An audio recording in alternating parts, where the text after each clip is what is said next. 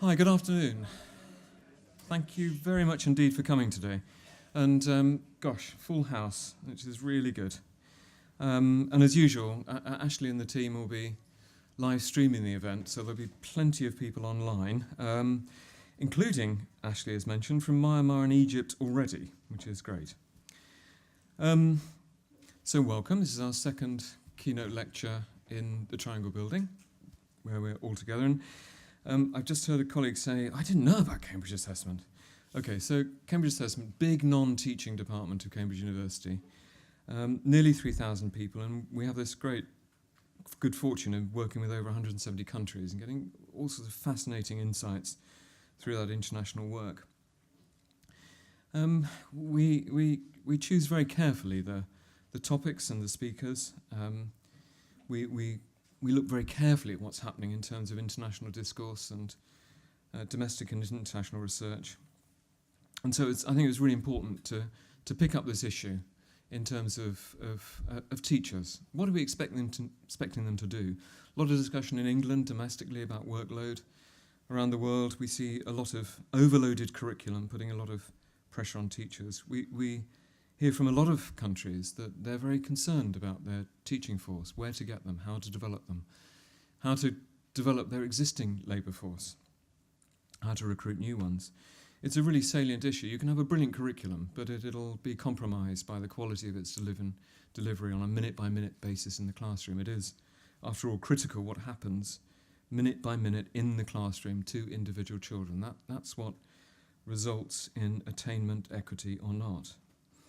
And I can't think of a better person to really take us through some of the fundamental issues as Chris Winch. Chris has done a great deal of thinking and a great deal of work on this particular matter, training teachers, trusting teachers, building competence, understanding teacher expertise. So it's a great pleasure that I welcome him today. I'll give a couple of further words of introduction in just a moment, and I'll just do a couple of housekeeping things. So in terms of fire alarms, we're not expecting a test. If we hear the fire alarm, which will be a long sound, continuous sound, we need to head to the nearest available exit, which will be highlighted by lights, and follow others as we move out of the front of the building to a fire assembly point, which is the other side of the road at the CUP building. If CUP catches fire at the same time, I don't know what we'll do. At the end, please return your visitor passes to reception as you leave. And I'll just mention now the next Cambridge Assessment Network seminar we have between 2 and 3 a year. Will be in January of next year and will be delivered by Dr. Mary Richardson, and she'll be speaking about how key stakeholders perceive the value of assessments in today's post-truth world. And that's not just trendy. I mean, that's we began a whole series of lectures with Honora and Neil in 2006 talking about the nature of trust in society and in institutions. And we see assessment as an institution, something which is done in order to support all sorts of vital social functions. So that's what we'll be listening to in January. And it links straight back to what Chris is going to talk about, trusting teachers, building competence, understanding teacher expertise. So herewith a couple of further comments in terms of introduction. I thought about this topic, we discussed it, we thought, yes, this is really important, the implementation, the issue of laudable policy, but how is it implemented in schools? What is the role of teachers in mediating? What's the role of teachers in supporting equity and attainment in schools? Thought, right, Chris has just written the book. Oh, Chris, can you wave the book? There it is. I meant to have it with me. There it is, look. Same colour as this. And I asked, how's it going, Chris? And he said, well, it's not in J.K. Rowling territory, but it's going well. That's good. I contacted Chris, and Chris said, but I've only just given one of these. And I said, it was ages ago. And we worked out it was nearly 6 years ago. Doesn't time fly? And when I think about the fact that we were involved in revising the national curriculum, we started the work in 2010. The new curriculum went into schools in 2014. It's 2018. Actually, it's a long time, but actually it's not very much time at all in terms of establishing a new national curriculum in schools and ensuring that it's well delivered by by teachers who are well prepared and discharge a very effective school curriculum, something which Ofsted, of course, is now very, very interested in. How is the national curriculum being articulated as a school curriculum? How is it being mediated by teachers? How are their ideas, the ideas of individual teachers about ability, progression and so on, how are they affecting the implementation of a national curriculum? Time flies.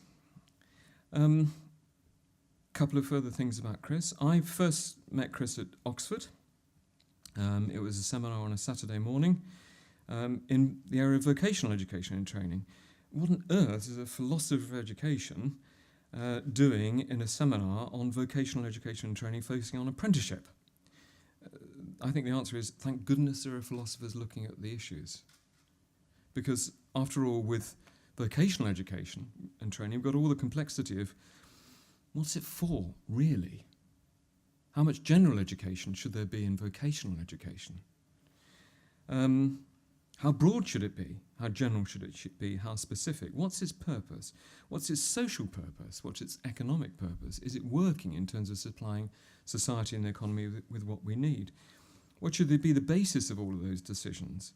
How is that training actually affecting the nature of society?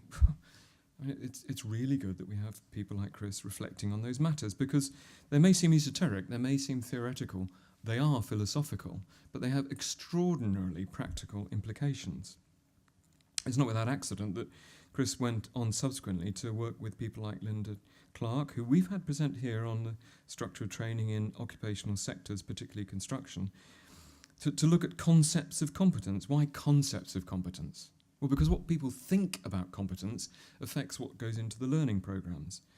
So that particular study looked at different concepts of competence across a range of occupations in Europe and found that the structure of the programs varied depending on what you thought competence was.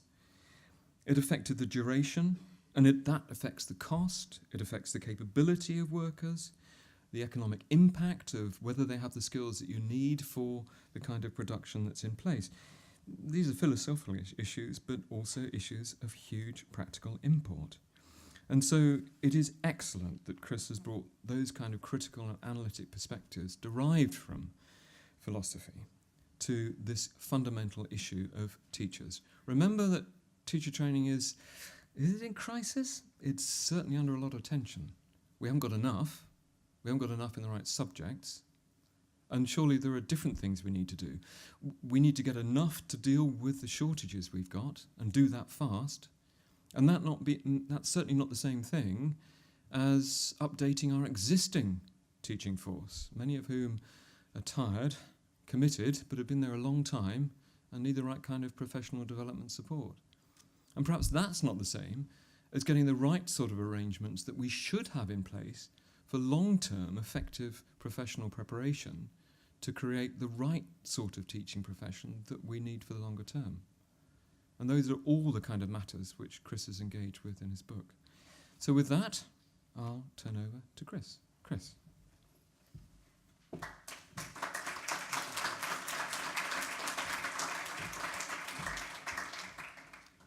Thank you very much, Tim, for that kind introduction, and thank you to Cambridge Assessment for inviting me here. I'm going to talk today, as Tim suggested, about different conceptions of teaching, but I'm going to spend quite a bit of time in the latter part of this talk looking at the implications for teacher education and what I take to be policy options for a country like England in respect of improving its teacher education. I should stress that I'm not here to sell any particular snake oil, because I think that reform in this area is difficult and the problems are often intractable. But I will try and present some options which I think, at the very least, merit consideration.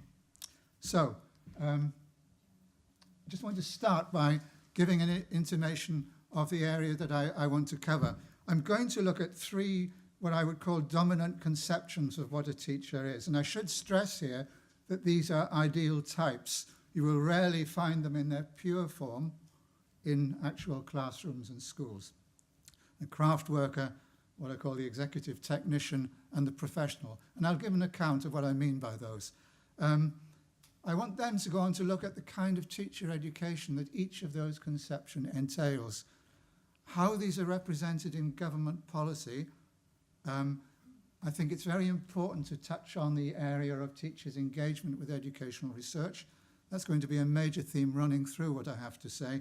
And then finally, I'm going to look at what are possible options for reform of our teacher education program. And I call them some preliminary thoughts, and I hope I'll profit from the discussion of these proposals when I finish talking. So, just to, as it were, situate the debate, here's a quote from 8 years ago, an incoming coalition government with some big ideas about reforming teacher education. And here's, you're probably all familiar with this. Too little teacher training takes place on the job, and too much professional development involves compliance with bureaucratic initiatives rather than working with other teachers to develop effective practice. Now, this rhetoric has been toned down to a certain extent, but it set the scene for a number of reforms which raised the profile of school-based teacher education. We don't hear so much of this rhetoric anymore, which was, I think it's fair to say, to a large extent directed against universities and university-based teacher education. I don't think university-based teacher education is particularly loved by the government anymore, but some of the immediate pressures have disappeared, or at least been reduced. And I want to say a few words about, in the course of the talk, about how I think universities can make a contribution to teacher education, perhaps a rather better one than historically, and I'm going back now to the time when I did my PGC. I'm afraid to say back in the early 1970s. I think a lot has changed since then, but maybe there are still things that need to be done, and I'll mention some of those. So these conceptions of teaching that I want to introduce to you are what I call the craft worker, the executive technician, and the professional. The craft worker, I would think it's fair to say, is the dominant policy trope. But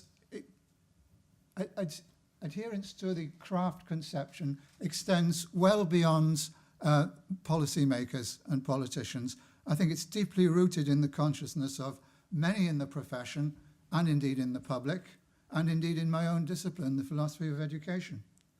And the main feature of this conception is that teachers' ability is primarily based on subject knowledge together with tacit practical knowledge and experience.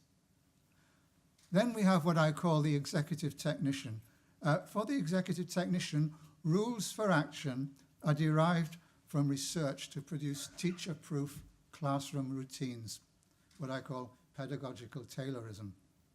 And finally, there is the conception which is very much paid lip service to by a lot of people in the world of teacher education, but which perhaps you don't see manifested so often, the professional who has good subject knowledge, a sound conceptual grasp of education, an understanding of research, and these are all integrated into that individual's professional judgment.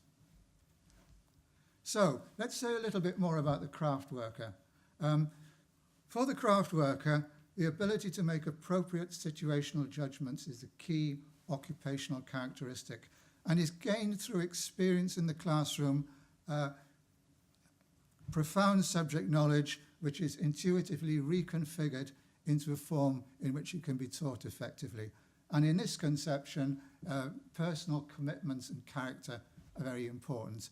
You've got to be of the right stuff to do teaching effectively. The executive technician, again, the executive technician has had quite an outing in the UK, but in other parts of the world as well. It assumes that there is a body of empirical research which gives protocols for how effective teaching should take place. In other words, the theory delivers norms for action in the classroom which are constituted via curriculum and pedagogic specialists. The teacher needs to learn these norms and apply them in the classroom. and classroom action is mandated and justified by theory-derived norms. And I think it's a corollary of this approach that professional discretion is actually pretty limited. So the kind of broad situational awareness that you'd expect from the craft teacher is very restricted for the executive technician.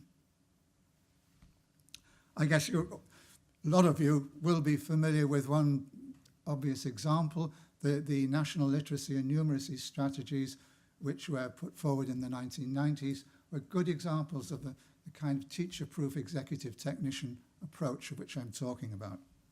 I'll say a bit more about it in due course. So each lesson would be divided into sections of several minutes long. Activities are prescribed. Resources are needed for each section, and they're prescribed. And examples of where you find it, I've mentioned the national literacy and numeracy strategies, but also the use of para-teachers in countries like India is another good example of the executive technician approach. So it is very widespread. The professional teacher, I would characterize as something like this. The professional teacher works in a conceptually structured occupational field. There is, second, a body of reliable educational empirical theory relevant to professional practice. And professional judgment involves the integration of subject knowledge, the conceptual field, empirical and situational perspectives. So professional judgment is potentially a very complex affair indeed. So what are the relationships between these three conceptions? And I do want to reiterate, I'm talking here about ideal types. You may rarely find a pure example of the beast in a classroom, but more likely it'll be some kind of admixture. The craft and the professional conceptions agree on the importance of situational judgment in effective teaching. They disagree about the role of theory. The craft conception tends to downplay or even dismiss the notion that empirical or even conceptual educational theory has a role to play. Craft and executive technician conceptions agree that teachers do not need to know any educational theory. The subsumptive model espoused by advocates of the executive technician is incompatible with both craft and professional perspectives. Now, I'll just say a quick word about that. The model goes something like this. In order to achieve a certain goal in a particular situation, you should do a certain thing. Your goal is G, let us say, to teach a certain subsection of phonics. Your situation is S, you have a class with certain characteristics. Therefore, protocol says you do F in those circumstances. This is what I call the action model for the executive technician. And the important point here is it is unmediated by any more detailed specification of the situation that can, for example, be read off by an experienced teacher scanning their classroom.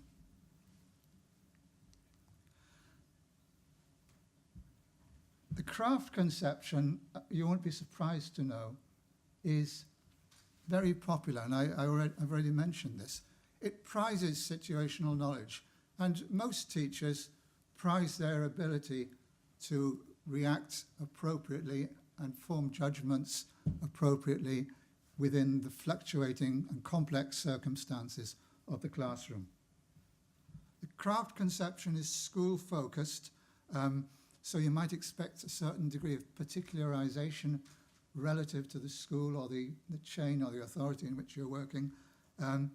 Teachers can be developed within the classroom situation, and in particular, senior teachers can act as mentors. They can be, if you like, teacher trainers. Some problems with the craft conception. Teacher abilities may be localized to particular schools and populations. Bad educational theorizing, and I'll come back to this in a moment, may influence attitudes through occupational common sense. The possibilities of considered innovation may be limited, and finally, there may be little defense against educational faddism. I hadn't realized that ancient Greeks used yo-yos, But it's an interesting historical point, so I've put that in there.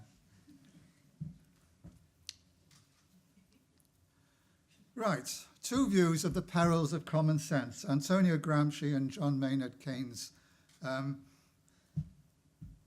Very interesting, I think, particularly the Keynes one. Gramsci writes in the Prison Notebooks of common sense, its most fundamental characteristic is that it is a conception which even in the brain of one individual is fragmentary, incoherent, and inconsequential in conformity with the social and cultural position of the masses whose philosophy it is.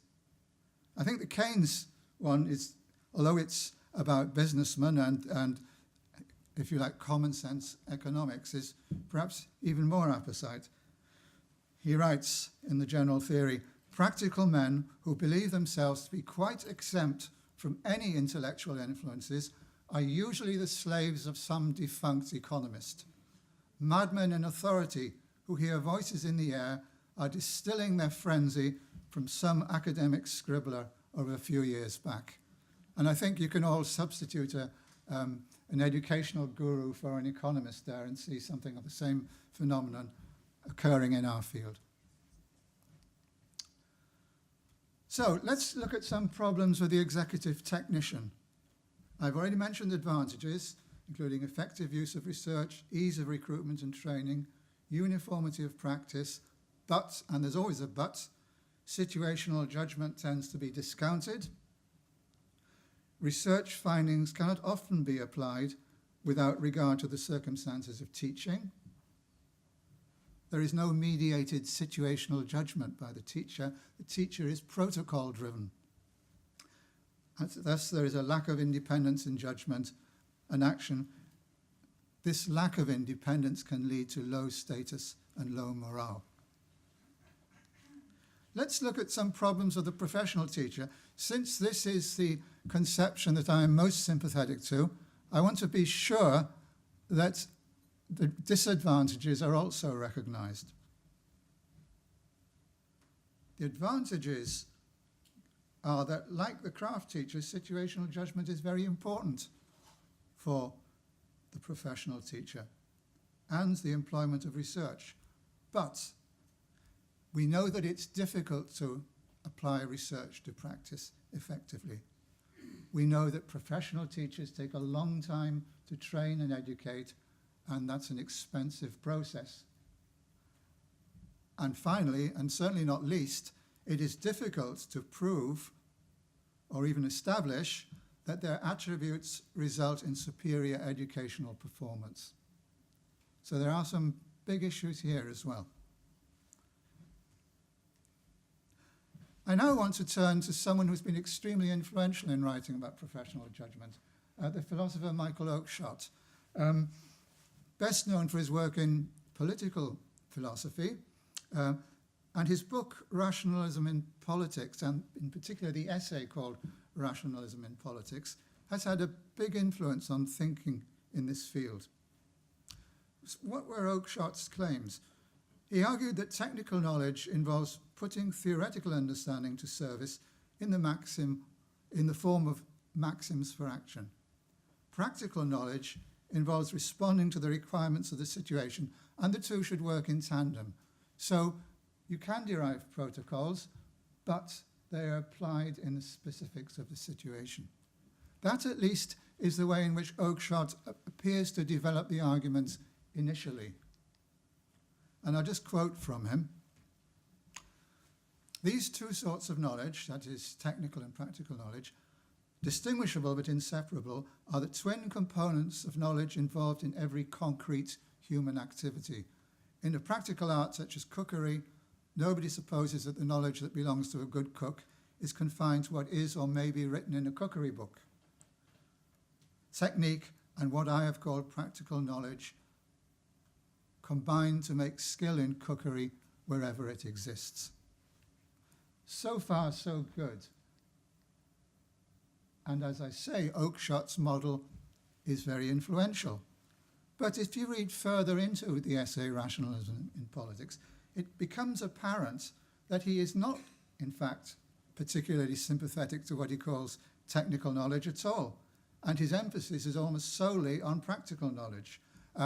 He's talking about politics as a craft, not about teaching, but there are clear parallels between teaching and politics here. Cooks can adapt recipes, executive technicians cannot. So Oakeshott's position shifts during the essay from one where he thinks that theoretical considerations are mediated through technical knowledge into situational judgment to a conception which he seems to arrive at the end of the essay, whereby it's situational judgment and experience that are actually critical. And in fact, I think there is something wrong with this theory, rule, practice model, and it's perhaps not surprising that Oakeshott downplays it later in the essay. So this is how I take Oakeshott's initial position to be. You have the theory, whether it's of politics or teaching or medical practice or whatever, which gives you rules for action, and then you act, the professional act in present circumstances. And I've put in the little rider there, but why do you need the rules? If you are able to, if you understand theory and you have good situational judgment, why can you not form professional judgments, integrating your situational awareness with your theoretical knowledge? So why not? Well, let me contrast that with the executive technician, first of all, before I say anything else. Here you have something like a more explicit division of labour. The theory is derived by a research specialist. The teacher does not need to be involved. The rules for action are devised by curriculum and pedagogic specialists. And again, the teacher does not have to be involved.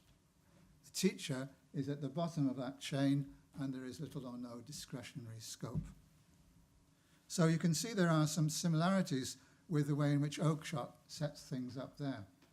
But what I think he arrives at, well, he doesn't arrive at it. I'm arriving at it because I think at the end of Oakeshott's essay, he discounts the role of theory altogether. What I'm suggesting, however, is that if you take the idea of some kind of theoretical knowledge, whether it's conceptual or empirical, seriously, you don't need the mediation of rules, or you would need them in relatively rare circumstances. A good command of theory means that you don't usually need rules to make professional judgments. Theory is interrogated and a course of action is devised which is appropriate to the situation. So you can see perhaps why Oakeshott himself became wary of the initial model that he started with. And his position effectively collapsed into what I call the craft position. But I'm trying to hold out for something different, one which takes due account of, if you like, theoretical considerations, loosely meant, and the importance of situational judgment. Very influential people here, the Dreyfus brothers and Donald Schoen, who I think everyone in teaching cannot fail to have become acquainted with at some stage. They develop what I call fluency theories of expertise. Again, very persuasive and in some ways quite related to what I've called the craft conception. The expert, according to the Dreyfuses and Donald Schoen, is someone whose performance, even in situations of great complexity, is unerring and accurate. Where once the following of norms was necessary, it is now superfluous for the expert as opposed to the merely competent. Theoretical justification has now given way to a form of sophisticated automatism and intuitive judgment. On this account, even the professional teacher, the expert professional teacher, will not need theory in attaining expertise. But I would want to say that Dreyfus's account does not take sufficient account itself of the variegated phenomena of judgment in expert performance. So let's have a look at this, the kind of situations in which teachers are required to exercise professional judgments. And I don't mean to be exhaustive here. These are important categories. That's all I want to claim here. Teacher plans a term's work in individual lessons, taking account of the characteristics of the class to be taught. The teacher responds to a developing situation in the classroom in the light of her overall values and objectives. And then, as it were, post hoc, the teacher explains or justifies why she acted as she did in a particular pedagogic situation. These are all essential elements of a teacher's professional judgment, but they occur in different circumstances. So, is there a kind of reflective cycle, as Donald Schoen popularized the idea, where you have practice, you have reflection on what you did, could I have done better, why did I do it that way, and so on, and this process of reflection feeds back into what you do. And you can see in that model, the Schoen model, that theory doesn't really play a role at all. So you might say that model suits the craft conception of teaching rather well. Or you could have a conception like this, more research related, where you do have practice, you relate your practice to certain relevant theoretical considerations, and these are integrated into your practice, which you can then evaluate. That, I would suggest, is something a bit more like what you might expect a professional teacher to do. So, to conclude what I've been arguing for at this stage, I'd like to say that professional judgment comes in different forms according to different circumstances. The Schoen and the Dreyfus model seems to focus on judgment in operational conditions, or for a teacher that would be actually working in the classroom with a class. But those sorts of judgments need a rationale. Whatever a teacher does in the classroom ought to have a good reason for it, even if there is no time or opportunity to engage in profound reflection. If a teacher is asked to explain why she acted as she did, it will not do to say, due to my vast expertise, my response was automatic. You are expected to give reasons for action. So even if in the heat of the moment you don't have the leisure to engage in detailed reflection, your actions and your judgments are expected to have a rationale. And I would argue that rationale will very often include both theoretical and situational elements. So let's look at teacher expertise as it's currently, I put in brackets, craftily viewed in England, not necessarily in Wales or Scotland. There are significant differences between the different sub-jurisdictions in the UK. So this is the dominant trope, I suppose. If you like, it's the hegemonic idea, as Gramsci might have put it, about teacher expertise in England at the moment. Teacher knowledge is thorough knowledge of the subject to be taught, plus ability to communicate it. And I say little or nothing more, but also I think the right personal characteristics are part of this model as well. Educational theory, of whatever kind, is irrelevant and harmful to teacher expertise.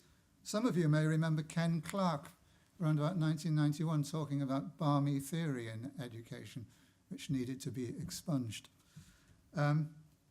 But there are some sidebars here. Those of you who've read the Carter Review, for example, and are familiar with the research ed movement, will notice that such a dismissive attitude to research and theory isn't always held, despite the overarching craft rhetoric. Practical skills of teaching are best learned in the classroom on this hegemonic model, and subject knowledge and enthusiasm plus experience plus being made of the right stuff, having the right character, will lead to expertise. So, although that's the dominant view, there are also mixed messages, which confuse the picture somewhat. So we do find, for example, that the executive technician type of approach seems to be recommended in certain areas of the curriculum, such as the teaching of reading. And you'll probably all know of primary schools, for example, that do use some of these teacher-proof approaches to the teaching of phonics and other aspects of literacy. Engagement with research is recommended through an accessible journal. The white paper, which was Nicky Morgan's, or maybe George Osborne's pet, Educational Excellence Everywhere, recommended that teachers should engage with research through an accessible journal. Michael Gove set up the Education Endowment Foundation, and I'm sure you've all looked at it, and you can see that some of the summaries of research are actually quite sophisticated, and you need to know a little bit about research to get the best out of them. An informed and critical attitude, therefore, is sometimes recommended. We can see that in the Carter Review, the often vehement rejection of faddism in government documents, and the government's friendliness to grassroots movements, such as Research Ed. So I think it's fair to conclude that both the government, and I should say the opposition as well, preferred conception of an appropriate teaching force for England has not been properly thought out.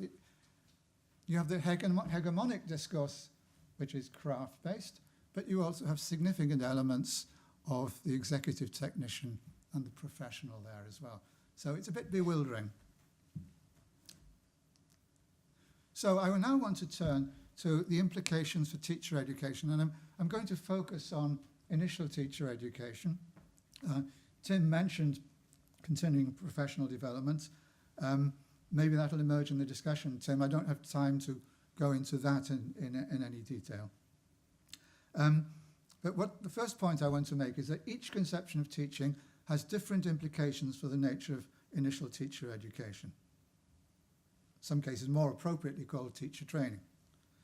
The adoption of a particular model has significant consequences in terms of cost, length of program, effect on the labour market, retention, attrition, and capacity building within schools. So these decisions are really quite momentous, I would argue. First of all, let's have a look at craft-based teacher training. It would be school and classroom focused. Apprenticeship would be an appropriate model. Mentorship would be a powerful factor in determining success or failure. You would tend to use what I call the Schernian cycle of reflection, in particular to develop pedagogic content knowledge. There would be an absence of engagement with research, and I think this is a really important point, perhaps a limited validity of accreditation relative to individual schools, local authorities, or multi-academy trusts. So there is the danger here of the fragmentation of an occupational labour market in teaching. What of the executive technician and their teacher training? Well, in this case, habituation to the following of routines is essential. It could be school-based. The schools might want to run their own programs, but could initially be carried out in simulatory environments and trialed in school conditions. So it could be done as a mass program. Directive mentoring within schools would be important. There's no need for teachers to engage with research, and management and leadership, research, curriculum development, pedagogic development would be distinct career tracks outside the classroom. And I think you wouldn't necessarily need to have spent much time in the classroom to follow those tracks. Right, so what does all this imply about professional teacher education? And I want to set out two possible models here, quite tentatively, and I hope that we will have a good discussion about them. First of all, I'm going to draw your attention to the work of the American writer on teacher education, Linda Darling Hammond. Interesting quote here. Furthermore, she writes, since most experts agree that at least 3 years of data about a given teacher are necessary to achieve a modicum of stability, the direct use of student test score data to evaluate teachers does not help inform judgments about new entrants to the profession. Yet, in order to protect students, governments must make judgments about whether professionals are well enough prepared to practice safely and competently as soon as they enter the profession. So, how to get round that? Again, a longish quote from Darling-Hammond. These two economists have noted that value-added measures of effectiveness are noisy and can be biased if some teachers are persistently given students that are harder to teach in ways that administrative data do not measure. Thus, using other information may achieve more stability and accuracy in teacher evaluations. By noisy, they mean unstable from year to year and prone to error. They note that observation-based teacher evaluations, especially standards-based evaluations that carefully measure specific dimensions of teaching, have been found to be significantly related to student achievement gains. What's more, when these observations are used for feedback and coaching, they can help teachers develop greater effectiveness. So that's, if you like, the theoretical underpinning for one model of professional teacher education. So, extrapolating from Darling-Hammond somewhat, this would seem to be how the model works. First of all, you develop standards which will have been constructed in turn out of teacher effectiveness research, which ensures some stability to the standards. You develop instructional and feedback sequences from classroom activity for the the training teacher. You carry out value-added measures over a 3-year period to ensure stability of results in applying standards. Standards are validated through this process, and you can construct initial teaching and professional development programs around the standards. And then finally, teachers are licensed according to their ability to perform to the standards. So the implications, according to Darling-Hammond, for teacher preparation along these lines are as follows. There needs to be tight coherence and integration among courses and between coursework and clinical work in schools. There needs to be extensive and intensely supervised clinical work integrated with coursework using pedagogies that link theory and practice. And there need to be closer, proactive relationships with schools that serve diverse learners effectively and develop and model good teaching. And she writes, schools of education should resist pressures to water down preparation, which ultimately undermine the preparation of entering teachers, the reputation of schools of education, and the strength of the profession. So there should be a balance between what goes on in the university and what goes on in the classroom, and they should be tightly integrated. The second model of professional teacher education, which I'm going to look at, is one that's perhaps what one might describe a Northern European model, found typically in countries in Scandinavia and Germany, for example. It is capable of using both the intern and the apprenticeship model, the intern being the unpaid person working in a school, the apprentice being a junior employee with some time dedicated to learning as well as actually teaching. In this model, a close and equal partnership between schools and universities is essential. And I'll come back to this because one of the problems in Germany is that does not actually apply or doesn't apply fully, and that's a serious problem. There is active and critical engagement with the research, including in school settings, and there is often a dual-phase licensure to ensure integration between theory and practice.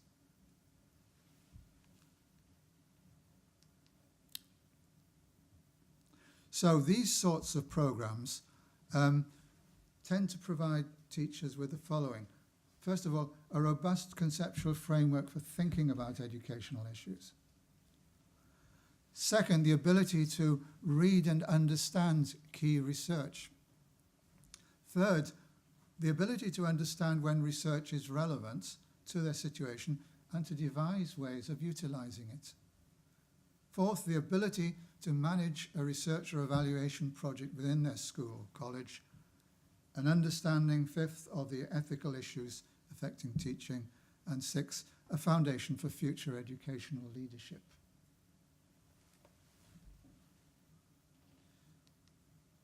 Here are some extracts from what I call an expansive model of teacher education.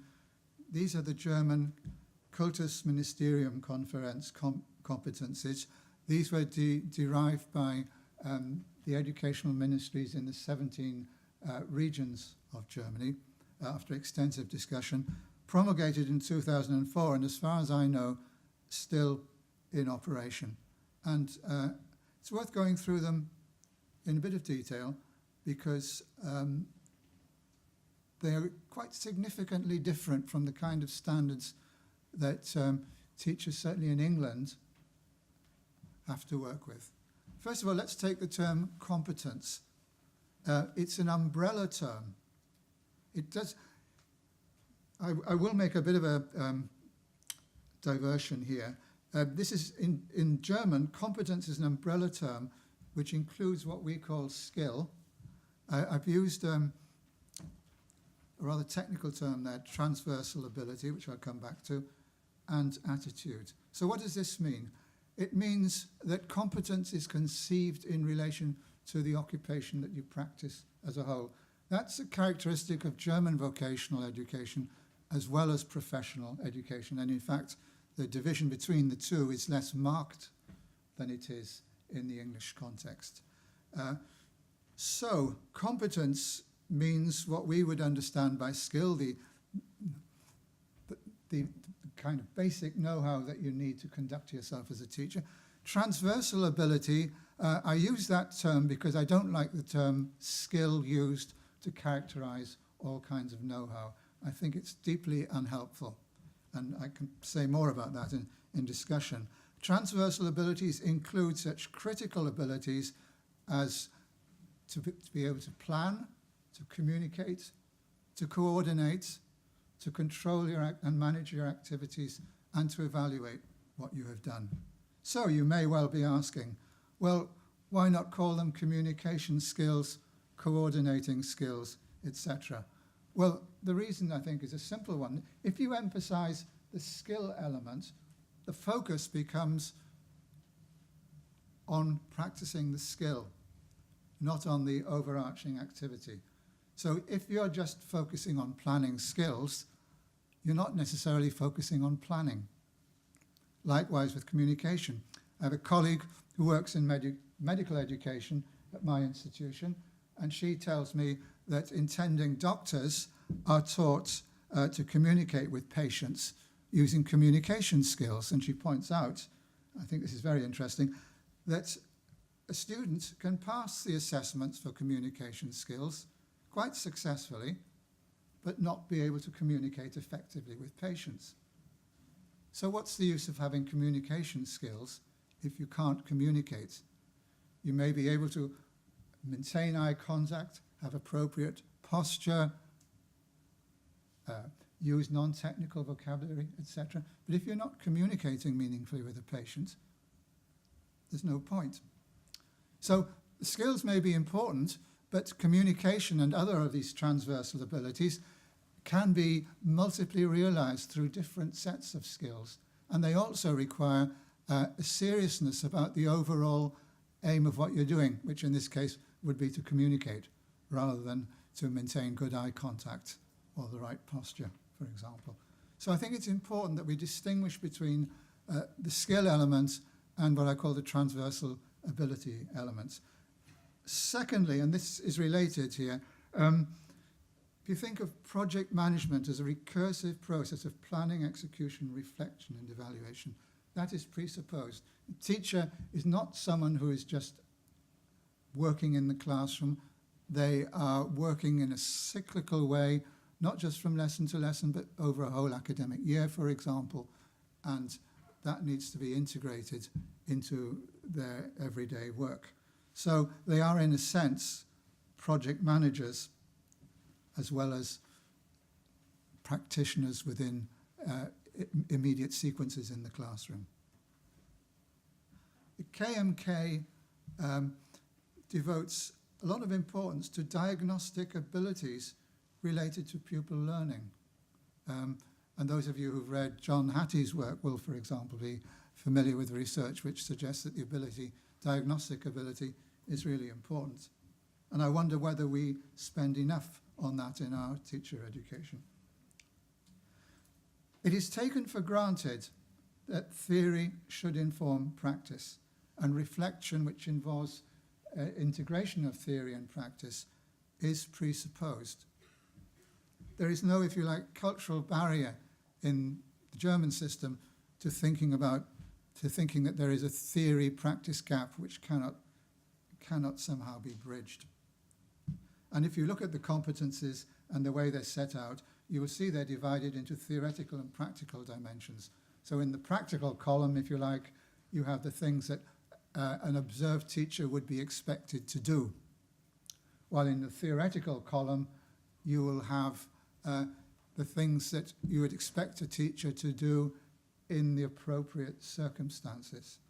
The thinking here is that if you observe a teacher performing in a series of classroom situations, you may satisfy yourself reasonably well that that teacher can perform in those circumstances. But since, as we know, teaching is a complex activity in which the unexpected often arises, German assessors want to satisfy themselves that a teacher would know how to act in certain kinds of hypothetical situations.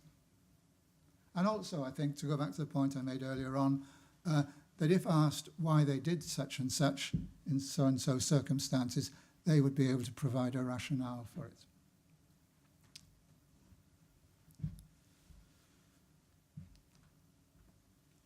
So just to go on a little bit more, to give you an idea of the kind of scope expected. You are expected to understand the conceptual field of education in an institutional context. So what do I mean by the conceptual field? Something like this, that the way in which education is thought about is structured in a roughly hierarchical sort of way. So you start off with the kinds of values which the society deems or thinks to be worthwhile, which are translated into aims of education. And as you know, in the UK, we have very often had a problem with aims because of the kind of disagreements that talking about aims tends to engender.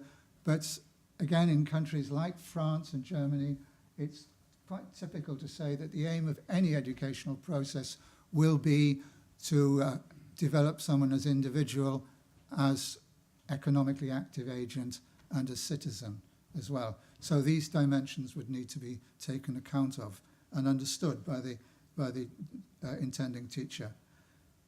These then, in turn, have implications for the content, the curriculum, for the way the content is transmitted, the pedagogy, and the way in which success is evaluated through assessment. Teachers are expected to take responsibility for pupils' personal development, including moral and civic political development. As I say, they should understand and use diagnostic techniques. I think the understand is important here as well. Again, it's to do with rationale, not just applying a technique without really understanding the rationale behind it. And I think this is important. They should operate at the school as well as the classroom level. They should, if you like, have some kind of civic role within the school, some kind of, not management, but self-management or co-management role within the school. So that's what I'd call an expansive notion of competence. And I've only given you a flavour of what's in the KMK competence requirements. So to summarise the discussion of these two models, The one which, if you like, the North American one, which I looked at first of all, relies on standards, but they aren't merely compliance standards. So they are distinguished from the executive technician. They do allow, in other words, a considerable degree of flexibility. Pedagogical effectiveness is closely tied to applied classroom research. And a mandated pedagogical program is then rolled out across teacher education institutions. There is an element of protocol-driven program to this, but as I say, the protocols are quite loosely framed, so I don't think you can identify it with the executive technician model that I talked about before. But some people might balk a bit at the presence of protocols within the standards in that way. The second model is based on a conception of competence which is applied to all aspects of the occupation of teaching. Typically, it involves a master's level academic qualification. Teachers are expected to be independent in their judgment, but also to be strongly cooperative with colleagues. All activities are expected to have a theoretical underpinning. And as in the first model, controlled immersion into operational conditions is part of the program when the teacher is a kind of apprentice. Just to say a few words about the German approach, you will study in a university and have fairly extensive periods of practice in schools as an intern during your 5 years master's education. You will then go into a program called a Referendariat, which is between 18 months and 2 years long. There you are an apprentice teacher and you are under the mentorship of a senior person in a school. So it's a two-phase process. Your master's is a necessary part of your licensure. It allows you to go and practice in the classroom, but you are not a fully fledged teacher until you emerge at the other end. Now, one problem with the German model is that the second phase, the school-based phase, is completely institutionally detached from the university phase. There isn't a proper partnership between the two, and that, I think, is a serious flaw. And then full licensure occurs at the end of the apprenticeship phase of teacher formation. Interestingly, although I don't have exact figures for this, although a lot of people drop out of what's quite an arduous program of preparing to be a teacher, once you get to that point, the attrition rate tends to be very low indeed for those who stay in it. And in fact, I'm told by Germans that there is even a stigma attached to leaving teaching. If you drop out, it's some kind of betrayal of your Beruf if you do that. So, what's the current role of educational research in English policy making? And again, I think there are mixed messages here. There's no discernible philosophical input, and thus no help in navigating the conceptual field of education. You could put this down to Philistinism, but I think when philosophy was riding high in teacher education in the UK in the 60s and 70s, it maybe wasn't sufficiently oriented enough to the practical problems that teachers faced, and that may have been part of what undermined it. If it ever comes back, that issue will have to be addressed very carefully. In current policy making, there is considerable skepticism about non-intervention studies. RCTs and systematic reviews are the favoured and the financed research models. Favoured research is aimed at producing results that will improve educational outcomes in a fairly direct way. So the current favoured model of educational research is the RCT. Just probably all familiar with this anyway. The population is randomly sampled, and then you have random assignment to intervention on control groups by an independent party. Individuals under study are not aware of which group they are in. An intervention is applied. Measurement is taken to see if significant differences exist between control and intervention group. And it is maintained that because the population sample is randomized, all possible factors that could affect the result are randomly distributed between control and intervention groups. So RCTs should eliminate all alternative explanations for a significant effect. However, population sampling is usually localized, and it may be that the amount of relevant variation within the population is very great. This is a case perhaps of an unknown, where your sample, which apparently might be a comprehensive random sample of a large population, is not accurate enough to deal with some very localized interactions and effects. And I'll turn now briefly to the important work of Nancy Cartwright, who's looked closely at this question. And her key question for policymakers using RCTs is this. It worked there, i.e. where the RCT gave a significant positive result. Will it work here? And the answer is not obviously yes. It worked here possibly because of some factors that may not be present elsewhere, which may be highly localized. And we know from the work of some urban geographers, for example, that there are extremely local effects in educational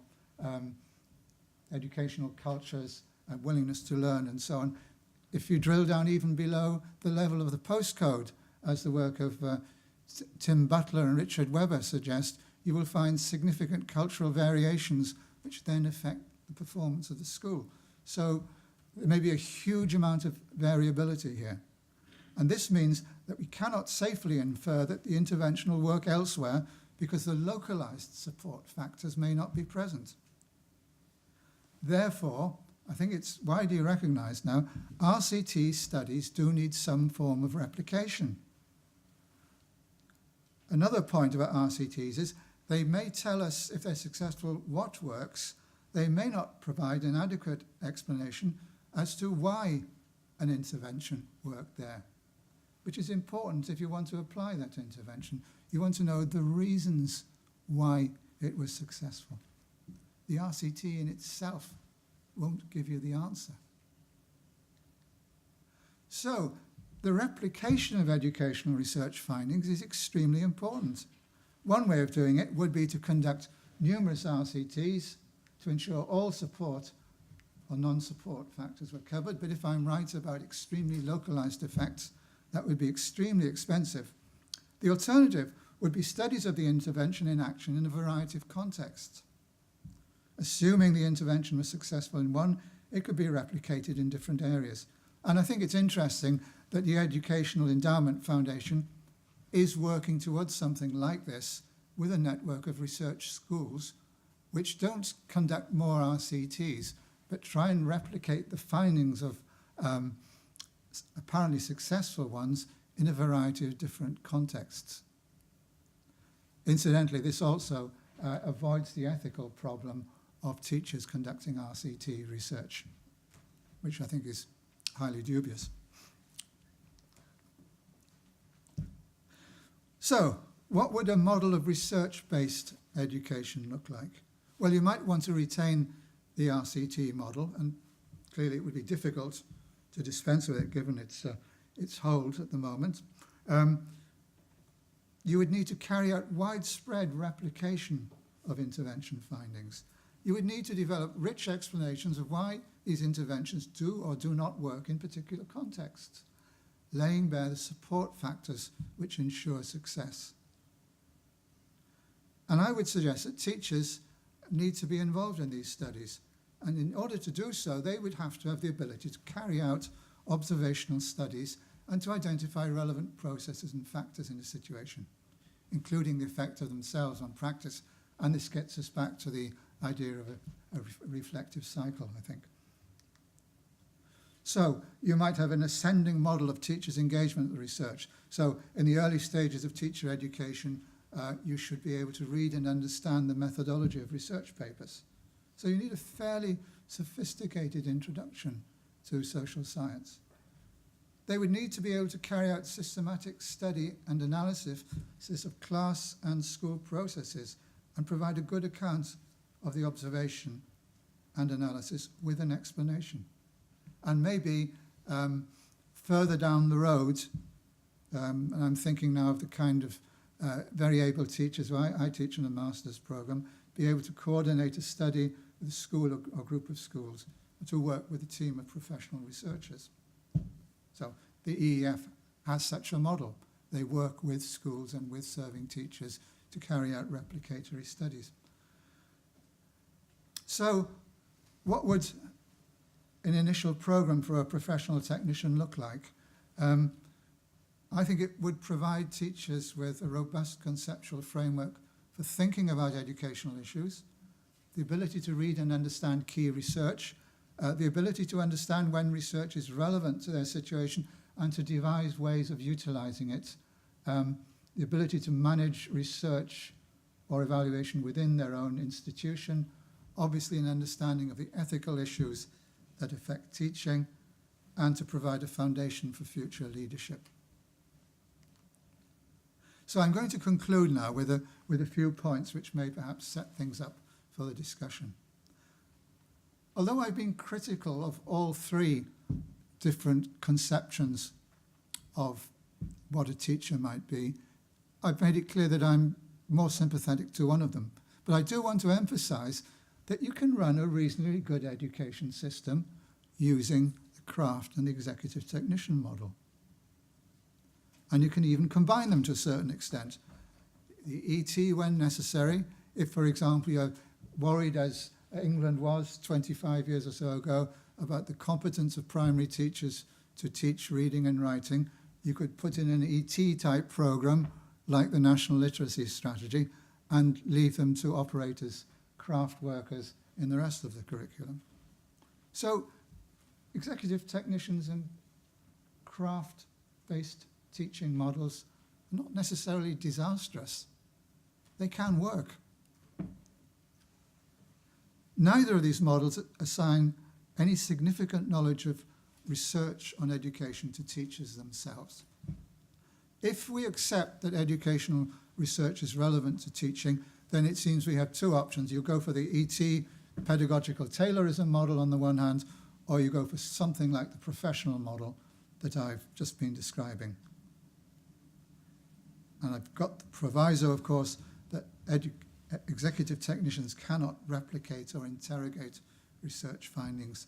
So you don't have that source of intelligence there that you might have with a professional teacher who can feed back whether or not research really is applicable to particular situations. Conclusion 2, if we think that educational research can improve education, then we need to find a way that allows it to do so. And all studies need multi-contextual replication and evaluation for them to be successfully applied. This can be done by teachers who are capable of replicating, modifying, etc., promising approaches, and crucially, adapting them to their own situations and personalities. And in the long term, I would argue this is the only way in which a reliable corpus of knowledge of effective and ineffective ways of teaching can be built up. And even then, it would need to be constantly revised. So we face a question: what do we want from teachers? How much do we value education? Do we get the teachers we deserve? And does that matter? That's us as a society has to decide that sort of question. Conclusion 4. I've just sketched out what a professional form would look like, trying to adapt it to the kind of structures that we already have in England. So for the BA education route, you would need much more rigorous selection of candidates because by its nature, this would be quite an intellectually demanding program. You'd probably need to increase it to 4 years, and the curriculum would include the conceptual framework of education, the philosophy of social and educational research, and foundational questions about their own subjects. There would be initial licensure, followed by a master's in teaching and learning, which might be taken in an apprenticeship phase, which develops pedagogic content knowledge and the ability to carry out a certain amount of school or classroom-based research. The PGCE route would be lengthened to 2 years and again would contain similar elements. Again, initial licensure followed by a master's and so on.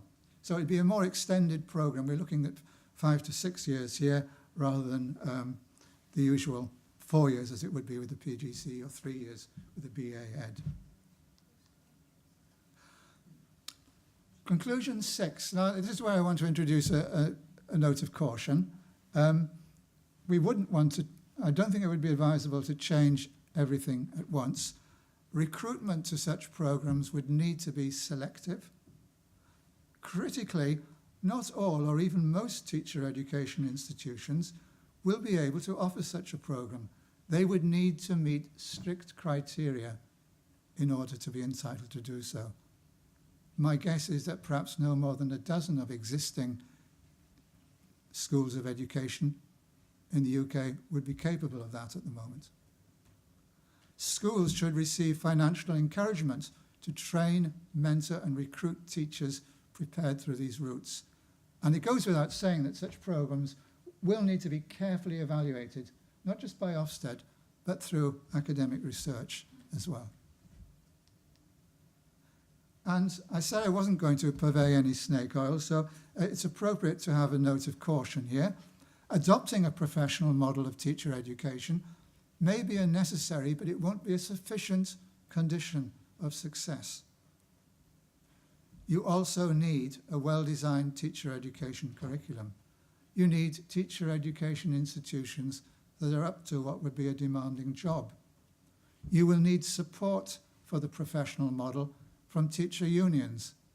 And that means not just vocal support, it means practical support as well. Professional formation will count for little if the prevailing educational culture is still craft-based. You may put all the most up-to-date and well-designed educational research that you want in front of teachers, but if they still want to follow educational fads, your work may well come to naught. So there's an enormous cultural issue here, I think, as well. And there needs, as a corollary again, support for a research-oriented culture within schools. So I'm talking here of an incremental development, not an overnight turning away from what we've got. And that, Tim, thank you, is all I've got to say at the moment.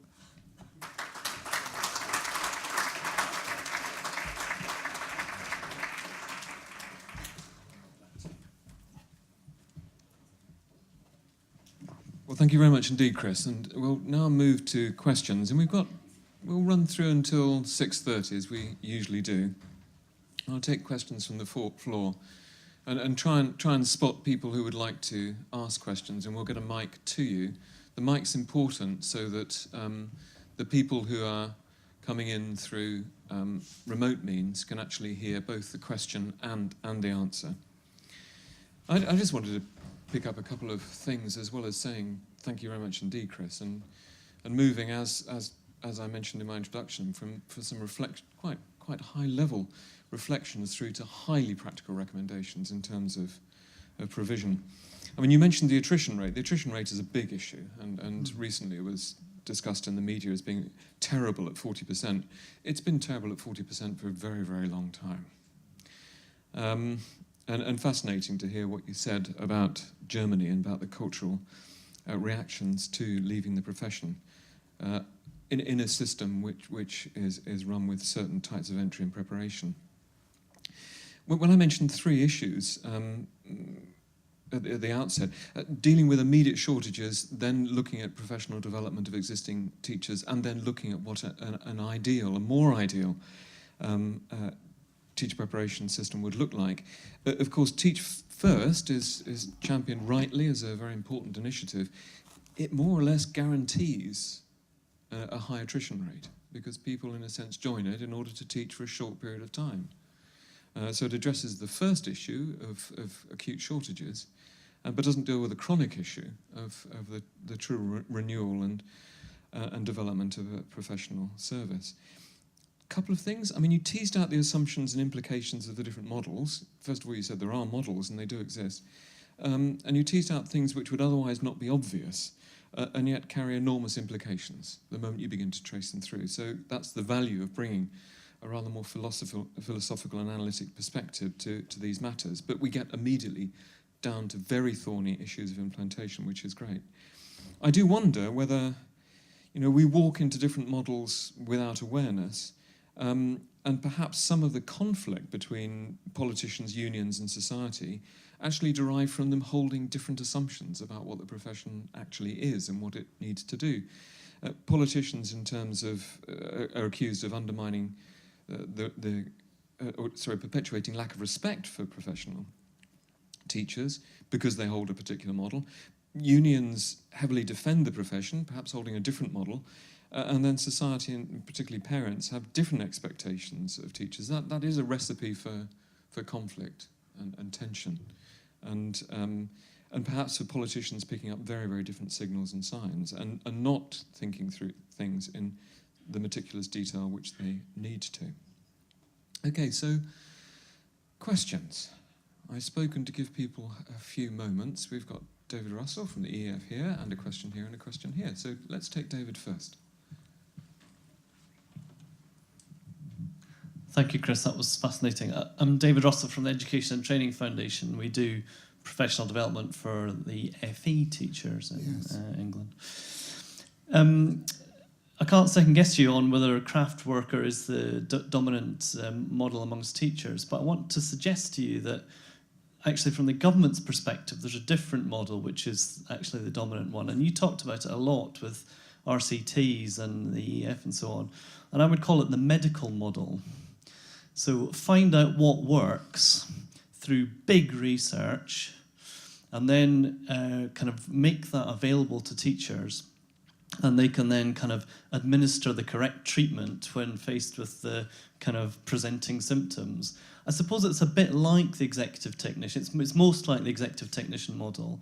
But the difference from the days of national strategies is that in those days, the protocols were based on, they were sort of eminence-based. So let's get some really experienced teachers, HMI, whoever, they'll design the national strategies. Whereas the government would say, well, in this model, the protocols are based on really good scientific evidence and research. I think that's the dominant model. I want to put that to you, and then just before I finish, I want to say what I think is the issue with it. I think the issue with it is that it might well be a great way of getting your best chance of getting to what works well for pupils, but it treats teachers simply as a means. And I think as soon as you start treating anyone as a means rather than as an end in themselves, you're in trouble. Yeah, thank you, David. And I don't think I'm in any substantial disagreement about this.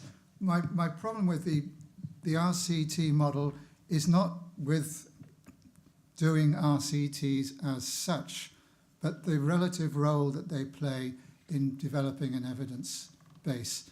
And as I mentioned in relation to the EEF, there is clearly, I think, a realization that you cannot safely infer from RCT results to what's going to happen in a very diverse population of schools. And therefore, some kind of replicative program does need to be carried out. Now, on the point of children used as means, there would be a clear danger if RCT studies were replicated by teachers in schools.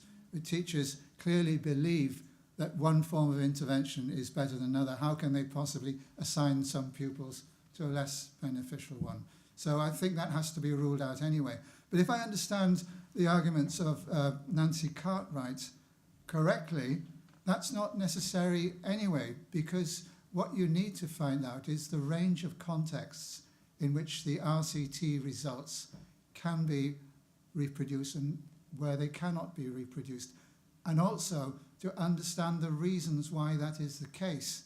And there it seems that a teaching force with some knowledge and ability to carry out research at a, if you like, you might call it a subordinate level, It's not leading a large research project, it's working within a context.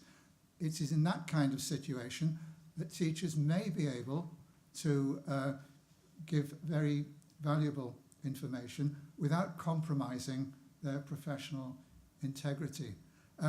Just a quick word about FE teachers. I'm very struck by the fact that the standards for teachers in the LLL sector are actually much more expansive than they are for school teachers. For example, they are expected to engage with research and be knowledgeable about it. School teachers aren't. I mean, that's an absolute scandal. It's unbelievable. How could one part of our teaching force be expected to pay attention to research and the other one not expected to do so? So something needs to be done there, I think, just as an immediate measure to improve the standards to which school teachers are expected to work. The way the two sets of standards were created was a very, very different process. Yes. The FE one's very consultative with thousands of practitioners. Not sure that's true of the school standard. Well, from what I've heard, it was very much a ministerial plus civil service driven affair with some sympathetic educators put in as window dressing.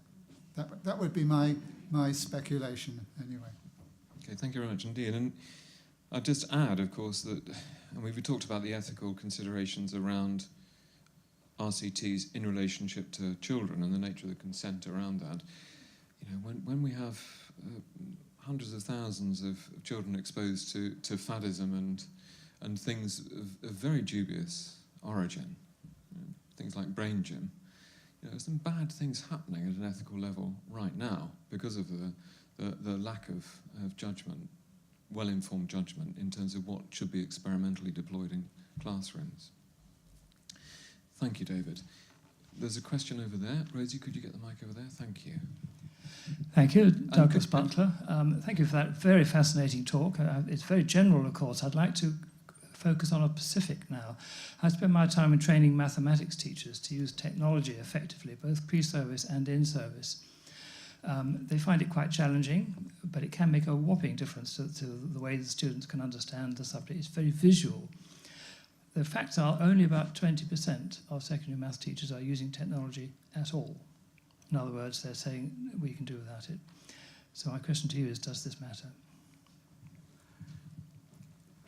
If there is good evidence that it does matter, then yes, it does matter, definitely. So I'm not a specialist in the area. Again, this is a field where faddism has had its role.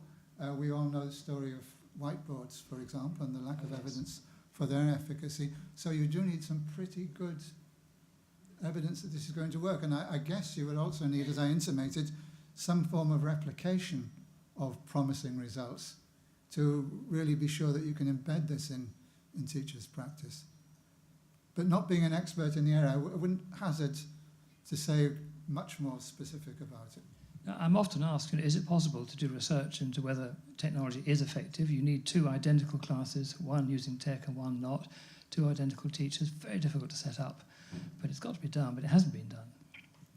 It may be necessary, but it certainly won't be sufficient either, because you then have to apply it in the variegated circumstances across the country. Thank you. Can I also say that we've got 11 participants this evening from 9 different countries, because this week we're running our 1-week leadership program in its 3rd year, and so it's really good to have these people in the room with us participating. 3rd question there, mic over there, Rosie. Thank you. My name's Philip de Shellikens. Thank you for a very, very interesting talk. I was wondering if you might comment on the input to the theory that we tend to use as the base for teacher training and the validity of it, because there's lots of discussion at the moment, particularly if you look at Hattie, but also on EEF, the toolkit, on the effect size and the bundling of the studies that underpin what we think might be effective. And of course, it's not as clear-cut as we would like it to be. No. That's right.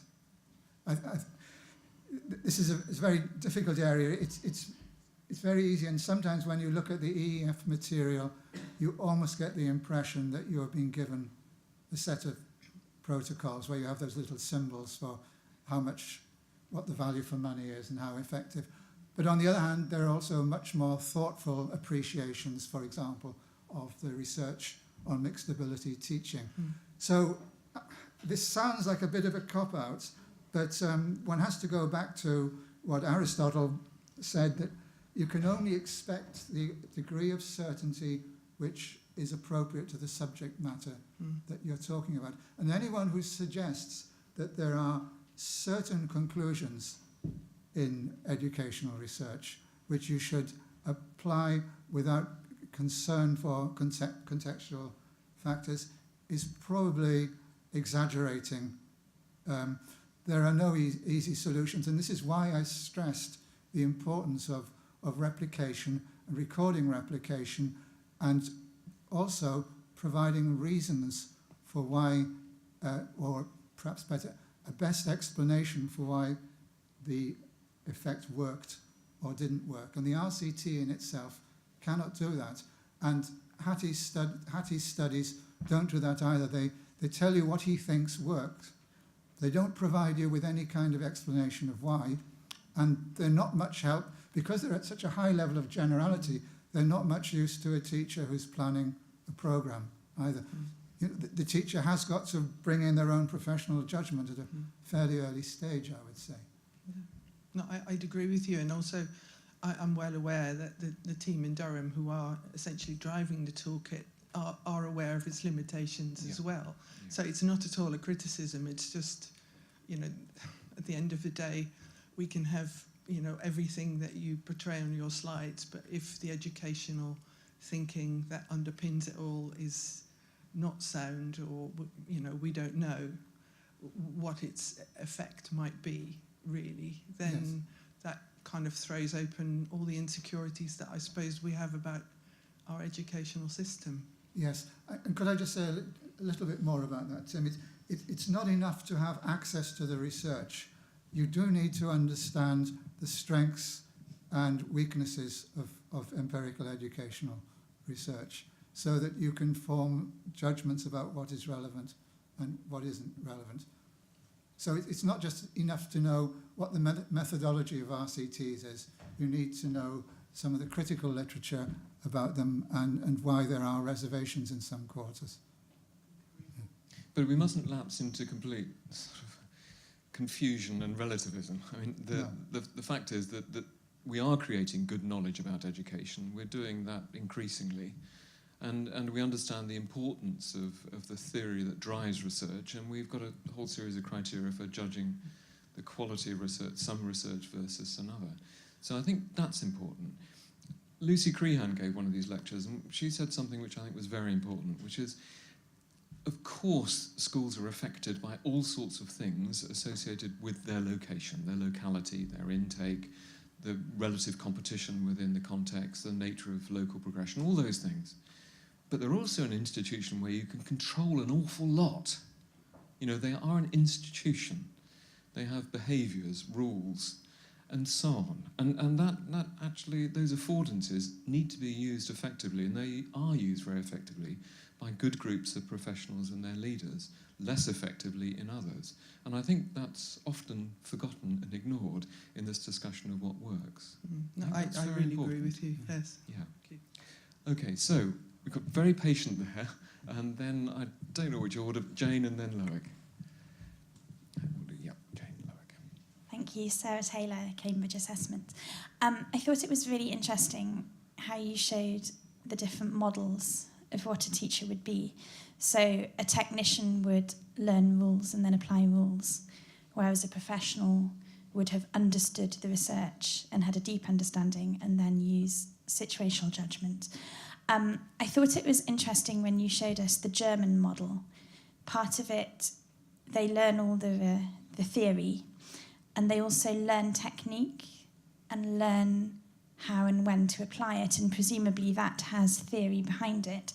And I just wondered, in the model, perhaps learning techniques which is something that you might learn from an experienced professional as well as from your theory. Maybe that's the bridge between the theoretical knowledge and then using situational judgment in that model. Yes, I think one would have to look in some detail as to what actually goes on. But what I do know is that there is close cooperation between schools and universities at the initial level. So in that model, one can have integration of, if you like, some of the basic techniques of classroom management and so on, underpinned by the research on what are likely to be effective approaches. When you get to the second stage, as I pointed out, there is a major weakness here, and you can almost imagine the senior teachers in the referendariate schools. They get these fresh-faced young master students, and you can almost imagine them saying, forget everything you learned at university, mate. You're at school now, and we're going to tell you how it's done. So that integration needs to go all the way through. Thank you. There was one reflection that I had when you were describing that and when I was listening to Chris, which is that, of course, we've seen massive improvement in a whole series of clinical protocols in hospitals, but until recently, they still wouldn't wash their hands. It's still a problem. It's been a problem for a long, long time. Where the problems of certain types of antibiotic-resistant bacteria become really established, it is a combination of convincing people of the theory and the practice and the nature of these organisms, as well as just simple checklists, has made sure that people are not overloaded, cognitively overloaded, and they do the little things because of theory, as well as the important practice things, which involve complex judgment. And that's an important point. You don't want to say that protocols have no role to play in practice. In certain critical areas, they do. Yeah. Thank you. Jane. Hi, Jane Mann. I'm the Director of Education Reform at Cambridge University Press, and I too found your conceptions and models really helpful, actually. And it got me thinking about the tools, the implications that they have for the tools that are used by teachers in classrooms, and particularly with textbooks and teachers' guides. And perhaps the craft worker can be seen as the type of teacher who has, of late, been inclined to reject the perceived prescription of a textbook. But the implications of designing materials for the executive technician are that you risk becoming too narrow and instrumental and teacher-proof, as you said. So what do you think about whether or not really well-designed educative materials, including the teacher's guide, can do to help to support professionalism across the board? I know that Cambridge Assessment has published a survey of the use of textbooks, and I also had a research student who's now a member of staff who looked at this question in the Indian context. So I think there is something useful to be said. The first thing, I think, is that there has been historically, amongst certain sections of educational leadership, strong hostility to textbooks. They have been thought to undermine teachers' creativity. And I take that to come from a craft-based view, that somehow you are turning a teacher into a technician if you give them a textbook to work to. Now, the executive technician type textbook is clearly not the kind of thing you have in mind, because it is a step-by-step recipe book without deviation, hesitation, or anything else. So what kind of textbook, or better still, how would you expect a teacher who is a professional to use a textbook? Well, you would expect them to use it, I suppose, as a resource, as part of the curriculum, but also very often as a jumping off point for further work. You would expect their explanations to their students to be much fuller, to be able to take account of unusual or oddly phrased questions. The textbook would be there as a basic content for the curriculum, but you would expect such a teacher to be really, really quite innovative and be able to respond to these situational demands where the textbook can't help you. So my own view is that good textbooks can be very important and valuable aids for teachers. Thank you. Rosie, could Loic down here and then Neil and Celia at the back. Thank you. Loic Menzies, Director of LKM Covey Education Think Tank. And my question has some overlaps with Sarah's, I think, because you describe this tension in the policy discourse between these different conceptions of teaching. But is perhaps the resolution of that tension something to do with a view of teachers' career trajectory and a view that teachers begin at that kind of technician level? And that the policy view is perhaps that later on they can be supported to move towards judgment and professionalism as they amass their time and experience. And when we see things like support for the Institute for Teaching and so on, but perhaps that's about believing that teachers, as they move on and progress, will then bring together their experience and a thorough grounding in the theory at that stage. And could it not be desirable to have that progression over the course of a teacher's career? It's an interesting point. Of course, the craft conception does not discount the role of experience in forming professional judgment. On the contrary, your professional judgment is expected to be honed through continued experience. So there is a question about the role that theory plays in this. And I have a small reservation with what you said, because one of the points of using theory in professional education generally, I think, is that you are introducing the professional to the range of possible circumstances which they might encounter in the course of a teaching or a medical career or whatever it might be. In other words, you are preparing them to encounter complex and unexpected situations and to have at least the wherewithal, together with experience, to be able to cope with those. Now, the problem with learning the theory inductively, I think, is that you may not have that opportunity. I was just talking to a colleague earlier on about a passage in Gilbert Ryle's Concept of Mind, where he kind of floats the idea that an experienced medic could learn the theory through induction. And the problem with induction in a professional career is that each individual has a different set of experiences which may not cover the whole gamut of what you can reasonably expect to encounter in a professional career. And the danger of learning theory inductively, I think, is that you might miss out on quite critical situations. So my preference would be for theory to be learnt at least alongside practice. I think it comes in too late if you just offer it to teachers in mid-career.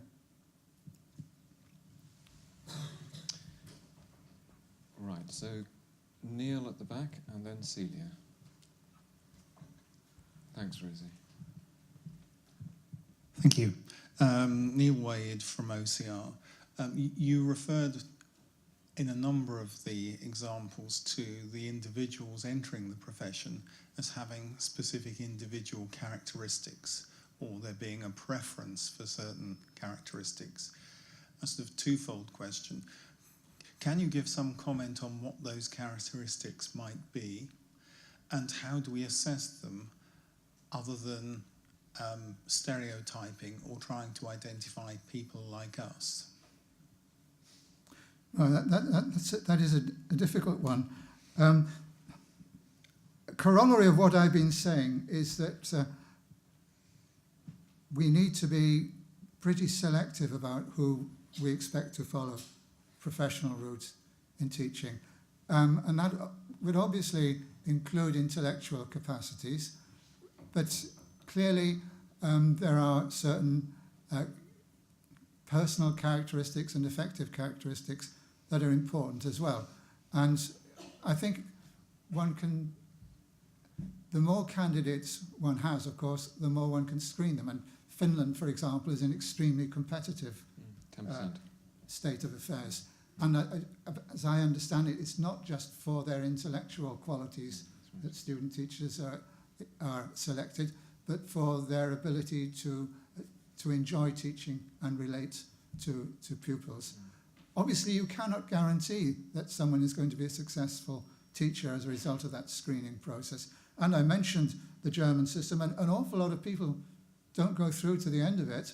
A lot of them get their masters, they're in the referendariate school, and they decide it's not for them, and some leave before that. So there's no guarantee. But what I would suggest is that at the end of a rigorous program, to go back to Tim's point about attrition, if there is respect and there is a rich working environment and a decent career structure, then you might reasonably expect lower rates of attrition in those cases. Okay, thank you. There's a bit of reproduction in schools, of course, as well, in terms of people like us, because we know that actually teachers tend to give higher marks to people who resemble them in all sorts of ways. Sorry, I didn't deal with that point, but I think it's important, and you probably need to have those who are selecting intending teachers not to be exclusively from the teaching profession.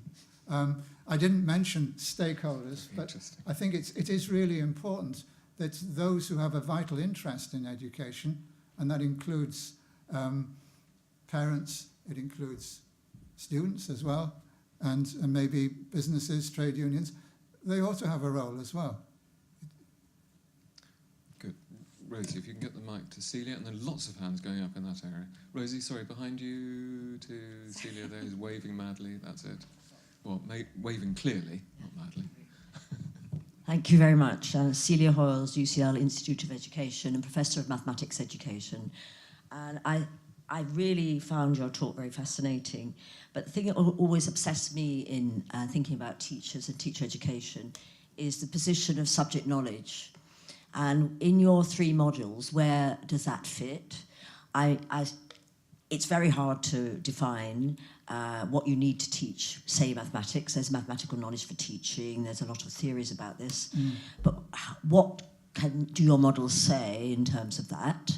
Because there's also relates to, in my subject at least, there's huge issues of confidence, particularly for teachers who are teaching out of field or teaching in primary, where they don't have confident subject knowledge. That has whole issues in terms of taking on any initiatives. I speak actually as somebody involved in maths education for many years, but also having completed an RCT. And I have very strong views about that too, positive. And also, I think having done it, I also see the huge strengths, but also some of the weaknesses that you alluded to. But my main point really is about subject knowledge, and it links to Douglas's point at the beginning about using technology, because in using technology, it's not a fad. It really is not a fad. It's using it in order to create a better engagement with the subject. But in order to do that, you need to know enough about the subject themselves. Thank you. Yes.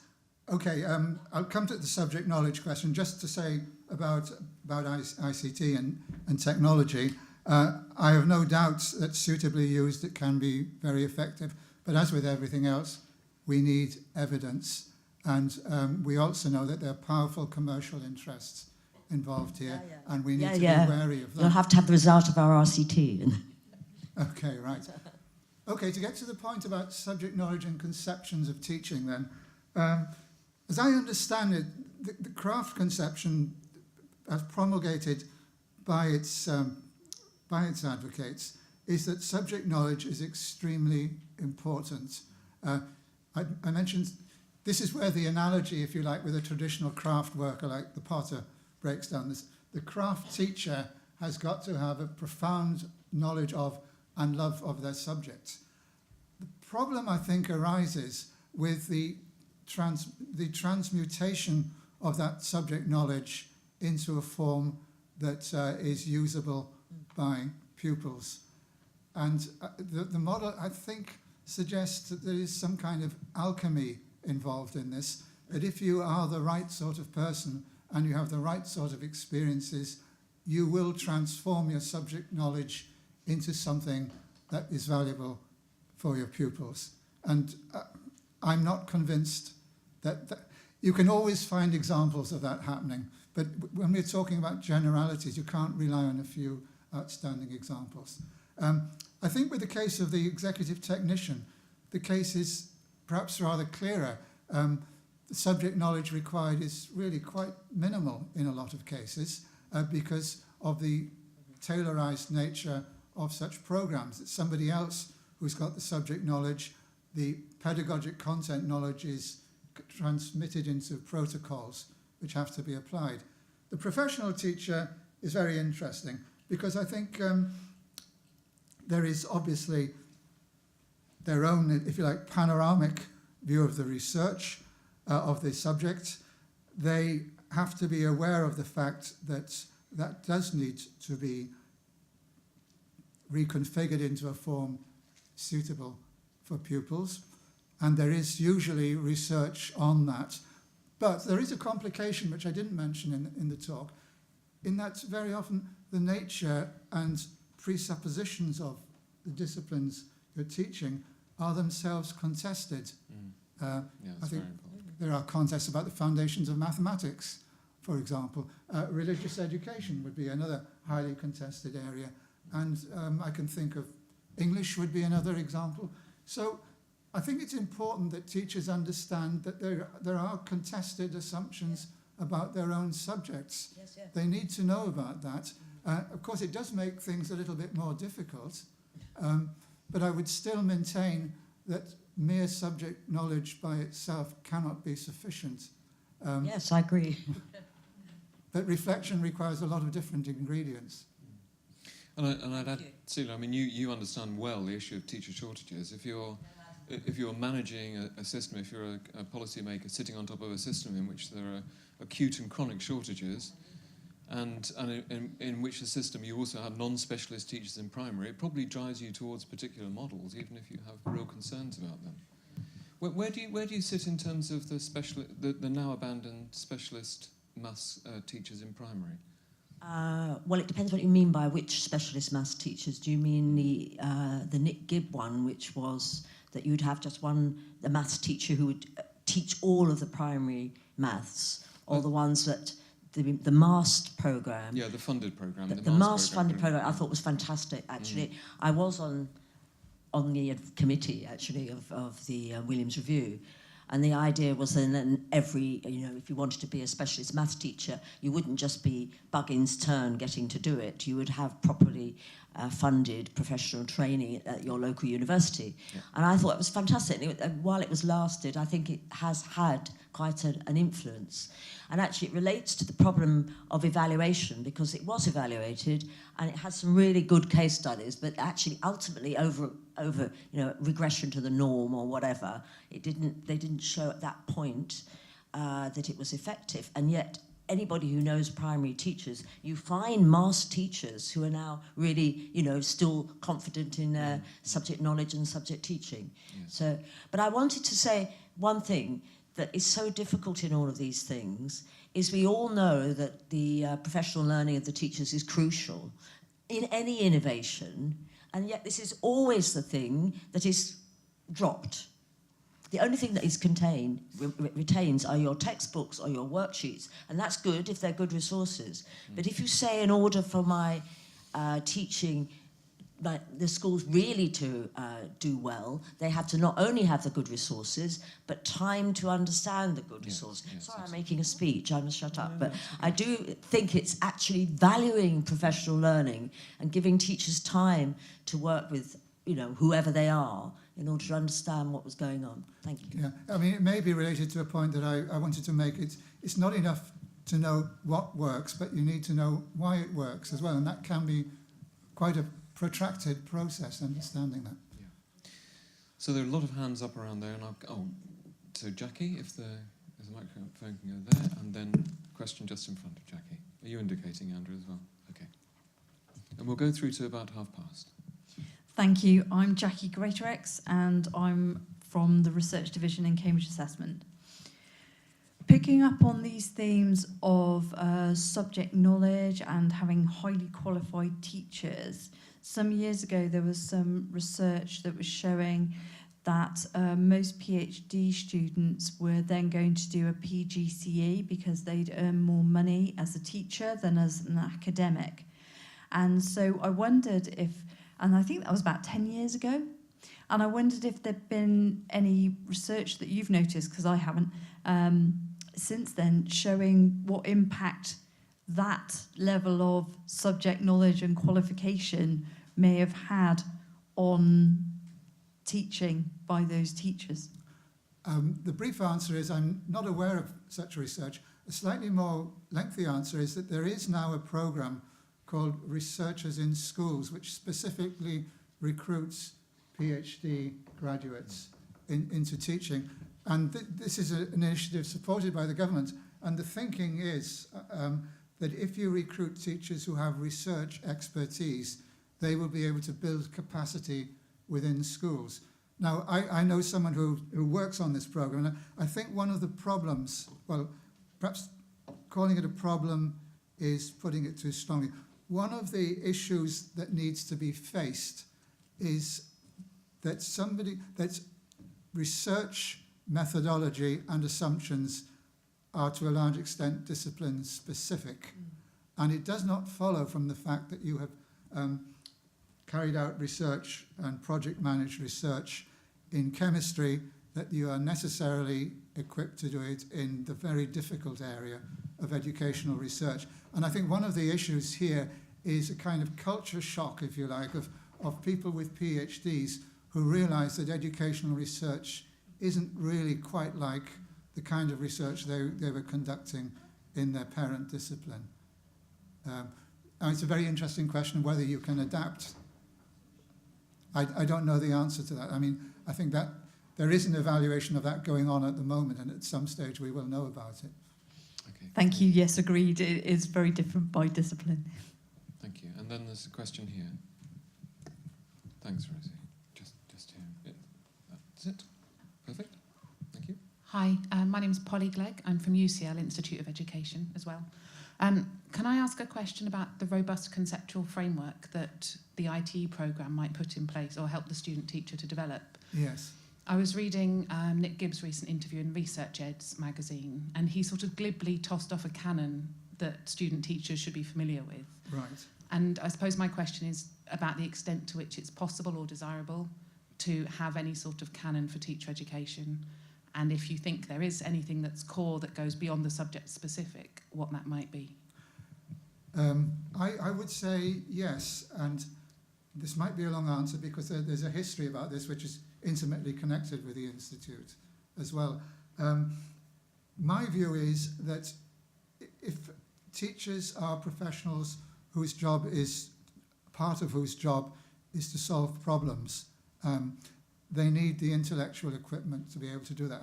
And to have that, they need the conceptual apparatus to do it. And I would argue that there are certain, if you like, categorical concepts in education. I mentioned some of them, like aims, curriculum, pedagogy, and so on, and the relationships between them are important. For example, the relationship between curriculum and assessment, the conceptual relationship, is extremely important. But, and this is where it gets more complicated, we also know that there are conceptions of these as well. They are contested. We know that aims are contested, pedagogies are clearly contested, and so is assessment. So not only do teachers need to have this overarching categorical framework, they need to understand and navigate their way through the debates about these issues as well. I don't think you can do all of that in initial teacher education, but you do need to give them something of the confidence to navigate those issues in their professional lives. So I think the framework needs to be not too complex, but they do need to be aware that it's not a rigid framework which you can just apply no matter what. And that is actually intellectually challenging, I think, for teachers. Thank you. And Rosie, probably last or penultimate question, Andrew. Hello, it's Andrew Watts speaking here. You've started to touch on the issue I'd like to ask you about, and that is to relate what you've been saying to the issue of assessment. And if we imagine that what we would like would be for teachers to be able to take on the responsibility for national assessment and not rely so much on external examinations, would it be right to say that the model we must follow is the professional one? I'll start by not sidestepping your question, but just taking a step back. And I want to say we need to distinguish between the purposes of assessment and the instruments used to assess. And I would argue that there are multiple purposes for assessment. And it's a mistake to try and use one instrument to try and cover those multiple purposes.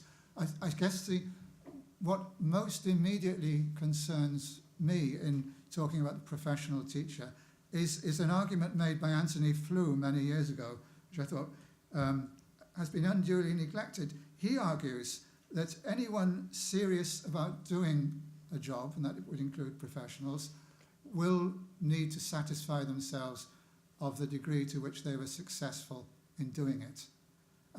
And in the case of teachers, that would be largely a question of were they successful in getting pupils to learn what they had set out to get them to learn.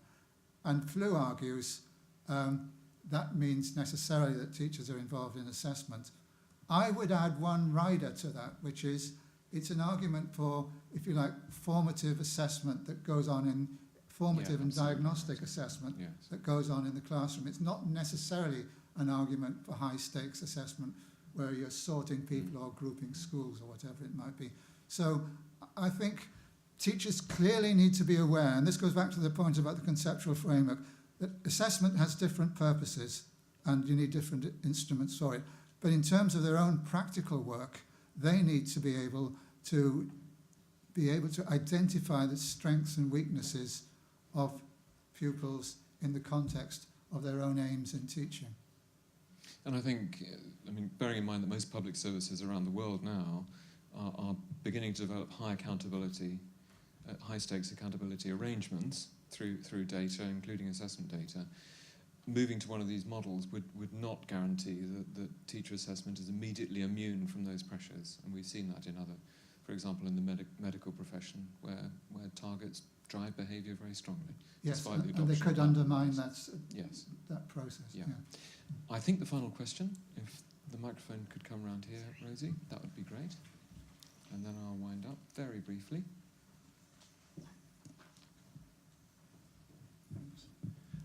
Jeff Hinchliffe, University of East Anglia.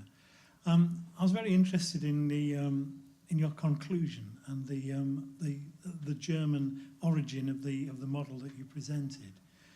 But it strikes me that it's going to find infertile ground in this country.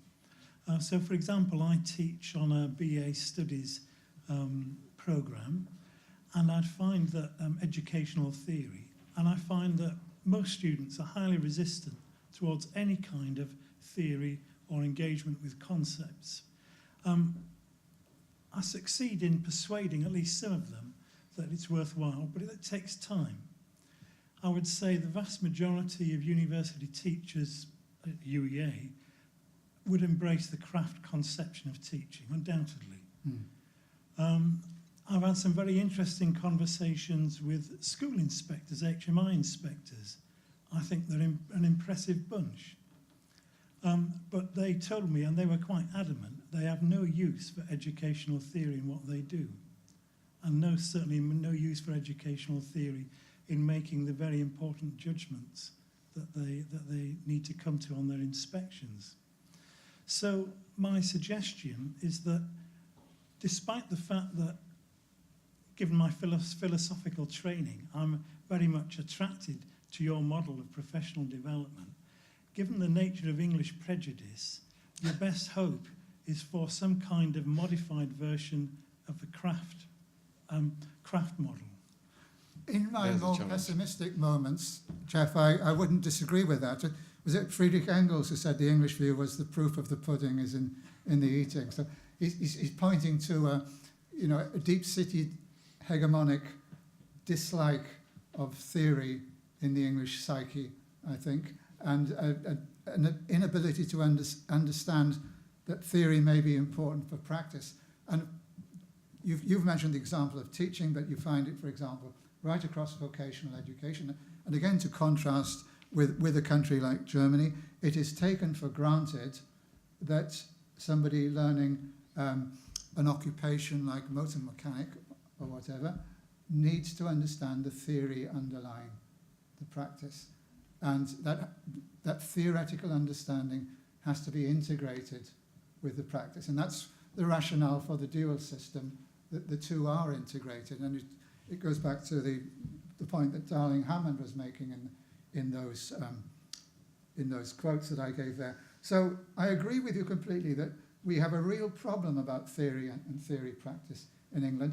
And as you intimated, it runs right through the social spectrum in the country. So there is always a likelihood of very strong path dependency in our approach to something like teaching. And that is why at the conclusion I suggested that it would be impossible to roll this out on a national level. You have to start in the most fertile ground with the right sort of students and the right sort of teacher educators, and slowly convince people that this does have a future. And even then you may not succeed. I was not saying that this is going to be successful because I'm very well aware of the cultural barriers at work here. But the best chance of success is going to be to plant it in the most fertile ground in the institutions most equipped to do it, with the schools and the student teachers who are most committed. Thank you very much indeed. Yeah, You no, want to well, write a reply? I Better was be just quick. going to say I do share your optimism that we can't just give up, but the task ahead of us is considerable. Yeah. What was it Gramsci said? It's pessimism of the intellect, optimism of the will, I think. Yeah. So thank you very much indeed. Thank you very much for participation and discussion. Very good questions. A reminder that the next seminar event is in January, and that's Mary Richardson.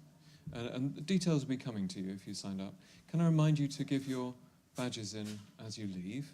And of course, can I finish by saying to Chris, thank you very, very much indeed for this evening. Thank you. Thank you.